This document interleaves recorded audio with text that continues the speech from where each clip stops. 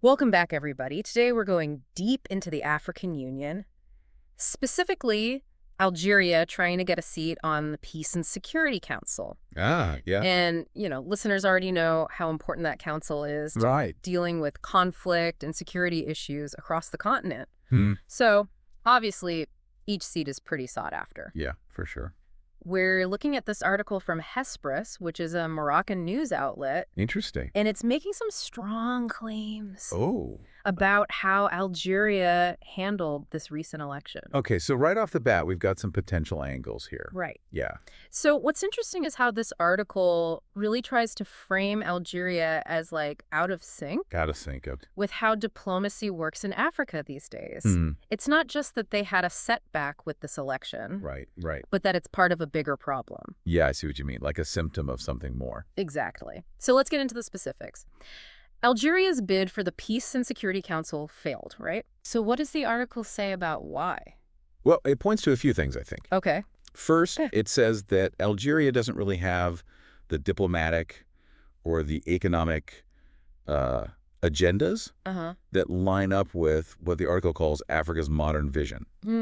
Interesting. So basically, the argument is that other African countries are looking for partners who are focused on things like, Economic development, maybe. yeah, exactly, economic development and integrating regional stuff. Right. And they don't see that coming from Algeria. So it's not just about who you've been friends with historically. Yeah, the old alliance. Or those political relationships. Yeah. Exactly. It's more about what you bring to the table now. Right. And you see countries like Morocco, who currently have a seat on the council. Mm-hmm. They're really focusing on building these partnerships that are more economic. Right. And aligning themselves with, these AU development goals. Interesting. So it's a different approach. Yeah, definitely. It's a different way to gain influence, I guess. Yeah. So the article is saying, look at this contrast. Right. Here's what Algeria is doing, and it's not working. And here's what is working. Here's what is working. Yeah. But then it goes even further than that, and it uses this really strong language. Oh. It says that no one in Africa trusts this military regime anymore. Wow, okay, so they're not pulling any punches there. No, it's a very strong statement. Yeah, definitely. And we have to remember, it's coming from a very specific point of view. It's a Moroccan outlet, right? Yes, a Moroccan news outlet. Right. So, obviously there's going to be Some kind of... Yeah, some perspective there. Some perspective there, exactly. But do you think it's fair to say that absolutely no one trusts them? That's a good question. I mean, I'm sure there are countries that still align with them within the AU. Okay. To say absolutely no one, that's probably a stretch. Yeah. This article, like you said, we got to remember the source. Yeah, absolutely. They're highlighting Algeria's challenges, that's for sure. Right. But the AU is huge, so there are going to be a lot of different opinions. Lots of different alliances at play. Yeah, exactly. So, okay, we need to keep that source in mind as we go through this. Definitely.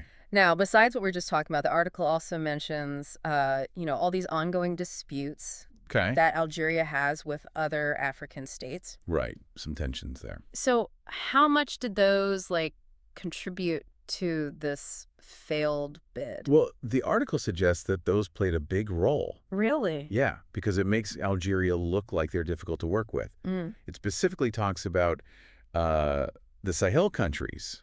Oh, right. Algeria's neighbors, basically. Yeah. And how there are tensions there, and their influence in Libya is going down, apparently. Huh.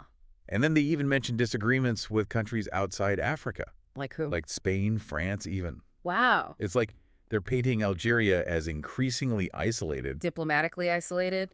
Yeah, on the world stage. So that's not a good look when you're trying to, Win friends and influence people. Yeah, exactly. When you're trying to win votes. Right. For this very important AU position. It's almost like they're shooting themselves in the foot. Right. With all these disagreements. So it's like the article saying they've made these diplomatic missteps, Yeah, and that's led to this perception of them, that they're not really in tune with how things work in Africa now. Out of touch, yeah. Out of touch, exactly. Okay, so we've got this picture of them struggling to, adapt to this new... adapt to this new world. This new landscape. This new landscape. But then the title of the article mentions something even more intriguing. What's that? It talks about suitcase politics. Suitcase politics. Yeah. Okay, now we're getting to the good stuff. So what's that all about? Well, that's where the article gets really interesting, I think. They're saying that Because Algeria failed in their bid, they started using some, shall we say, questionable tactics. Okay, like what? Just straight up bribery. That's what they're implying, yeah. Oh, wow. They talk about suitcases, like literal suitcases, full of cash, What? being moved around hotels during the AU meetings. No way. And they even mention these intermediaries, these people going around, like, trying to buy votes. Wow. This whole suitcase politics thing is Oh, fascinating. I mean, yeah. how common is this in the AU, though? I mean, is there any way to track this? That's the tough part, right? Especially with the secret ballot. Exactly. Exactly. Mm. That's one of the big challenges when we try to understand these international things. Right. These allegations come up, but proving them is another story. Yeah. It's like the secret ballot is meant to be fair, Right. but it also makes it really hard to see how people are being influenced. So are we in this territory where we're dealing with stuff that's basically impossible to verify? Pretty much, yeah. There's a lot of whispers and rumors. Yeah. But, I mean, even the suggestion of it is pretty bad. Of course, yeah. It casts a shadow over the whole election, makes you wonder about how committed Algeria really is. To the AU's principles. Exactly. To fairness, to transparency, Right. and it definitely hurts their reputation. Even if they can't be proven. Yeah, the perception is enough. Right. It's hard to shake that off. And that brings us to this next point Okay. that the article makes about Morocco being on the Peace and Security Council right now. Right. Morocco's role in all of this. Yeah, so let's delve into that a bit. What does it say? Well, it paints Morocco as the opposite of Algeria. Like, here's how you do it right. Interesting. They talk about Morocco's good reputation among other African nations. Okay.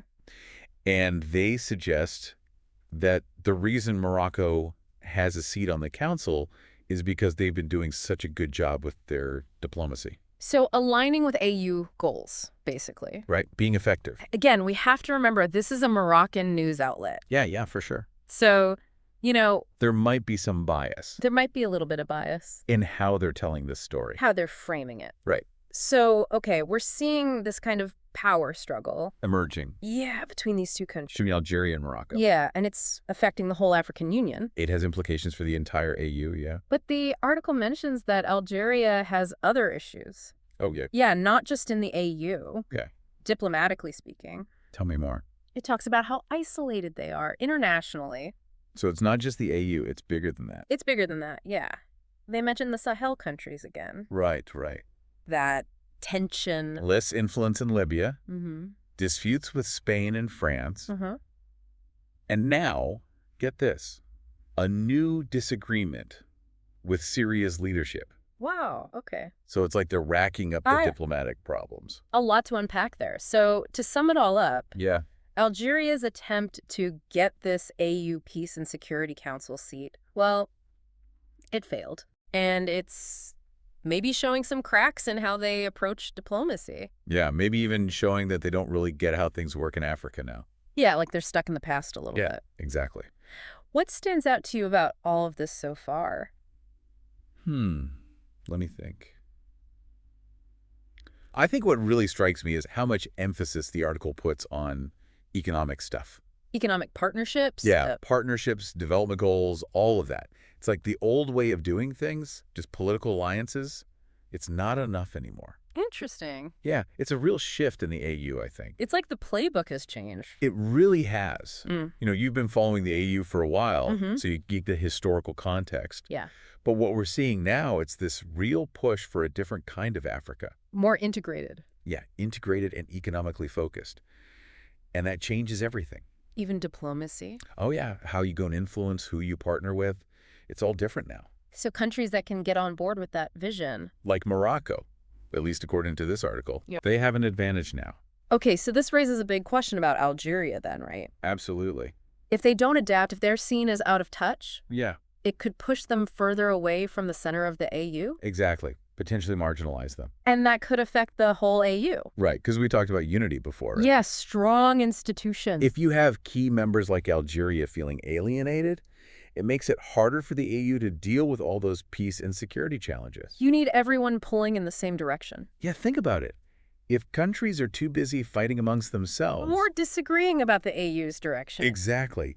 It's going to be tough to present a united front on things like conflict resolution or counterterrorism. Right, that weakens them. Makes them less effective. Less decisive. Exactly. It's like you're trying to build something. Like a house, maybe. Yeah, like a house, but everyone's arguing about the blueprints. You're not going to end up with a very strong house.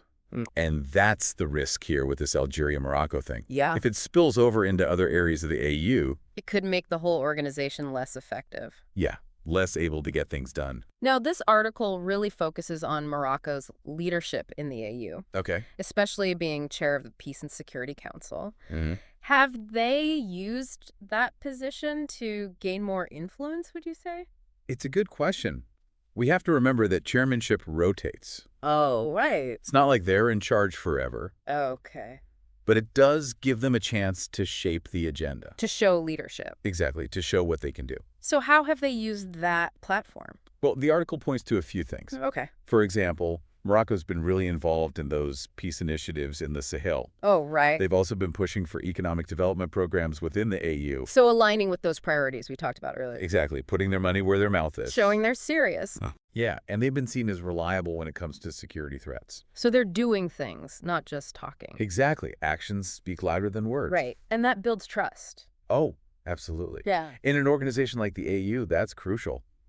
Okay, so we talked about those suitcase politics allegations. Right. Pretty serious stuff. And how even the suggestion of that can be damaging. Mm-hmm. But is there anything the AU can actually do about it? About vote buying or undue influence. Yeah. That's tough. Yeah. Like we said, the secret ballot makes it hard to track anything. Right. And you have to balance confidentiality with transparency. It's a tricky situation. Yeah, not an easy solution. Yeah. But there are mechanisms in place. For dealing with ethical concerns. Exactly. The AU has a code of conduct and ways to investigate if someone breaks it. Okay. Those mechanisms could always be stronger, though. So that they're enforced better. Right. And it's not just about punishment. It's about creating a culture where everyone knows this stuff won't fly. Transparency, accountability. All of that, yeah. Yeah. It's about encouraging open discussion about these issues. So if a country has a concern, they can speak up without being afraid. Exactly. It's about trust. And shared responsibility. Yeah, everyone working together to keep things clean. Okay, so we've looked at these allegations and all of Algeria's diplomatic issues. Right. But this article's not too optimistic about their future in the AU. No, not really. So can they turn things around? Is there a chance? Well, diplomacy is like a moving target. Right. Always changing. Exactly. Relationships change, strategies evolve, countries can rebuild trust. So it's not hopeless. Not at all. The article even mentions that Algeria will probably try again for that Peace and Security Council seat. In the next election. Yeah, and that's their opportunity. To show a different approach. Exactly, to try and regain some ground. So what would that look like? What do they need to do? Well, first, they got to address those concerns about their priorities. Show they're aligned with the AU's goals. Right, like maybe a stronger commitment to economic development. And regional integration. Exactly. They also need to fix those relationships. With other member states. Yeah, actually deal with the problems causing those tensions. So it's about showing they get it. Yeah, that they understand how the AU works now and they're willing to change. Not just surface level changes. No, it has to be real, a genuine shift. A commitment to working together. Exactly. But there's always the chance they won't or can't change. And then what? Then they'll probably keep struggling in the AU, maybe even become more isolated. So it's a crossroads for them. Yeah, a big decision point. And their choices will affect their whole future in the AU. Absolutely. And it's not just about Algeria. It's about the AU's future, too. Right. Because the AU needs its members to work together to find common ground. Even when they disagree. Yeah, that's how they'll be successful. So as we wrap this up, what are the big takeaways here? What should our listeners be watching for as this all unfolds? Well, first, remember that the AU is at a really important moment. It's Right. facing these huge challenges. Like we talked about, conflict, security. Yeah. And they need everyone on board to deal with those. Any infighting or power struggles, that's just going to hurt them. High stakes. Very high stakes. And second, pay attention to that relationship between Algeria and Morocco. Because it affects the whole AU. Exactly. It's full of tension. Will they find a way to cooperate, or will it just get worse? And those upcoming elections will be a big test of that. Oh, for sure. Huh. For the AU Commission and the Peace and Security Council, Right. those elections will tell us a lot about how power is shifting within the AU. Whether Algeria can bounce back. Exactly. Or if they're going to keep losing influence. So keep an eye on those results and all the political maneuvering beforehand. So much to watch. Can our listeners do anything besides just watching? Oh, definitely. Staying informed is a good start. Following the news. Yeah.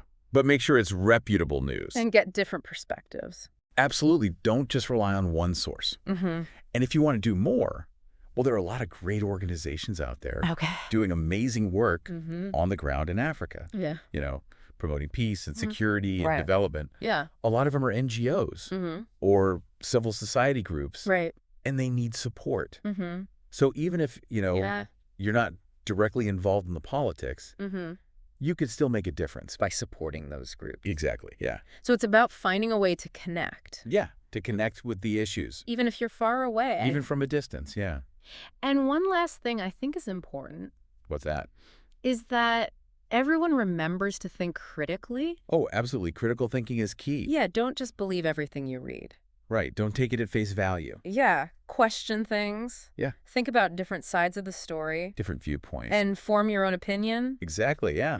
Be informed. Make up your own mind. That's so important. It really is, especially these days. When things can spread so quickly. Oh, yeah. Information and misinformation. Yeah, both. You can't just passively absorb whatever you see. You have to be careful. Yeah. The future of the AU, the future of Africa. It depends on people like our listeners. Engaged. Yeah. Informed. Yep. Exactly. Okay, so wrapping up this deep dive. Yeah. We've covered Algeria not getting that seat on the AU Peace and Security Council. Right.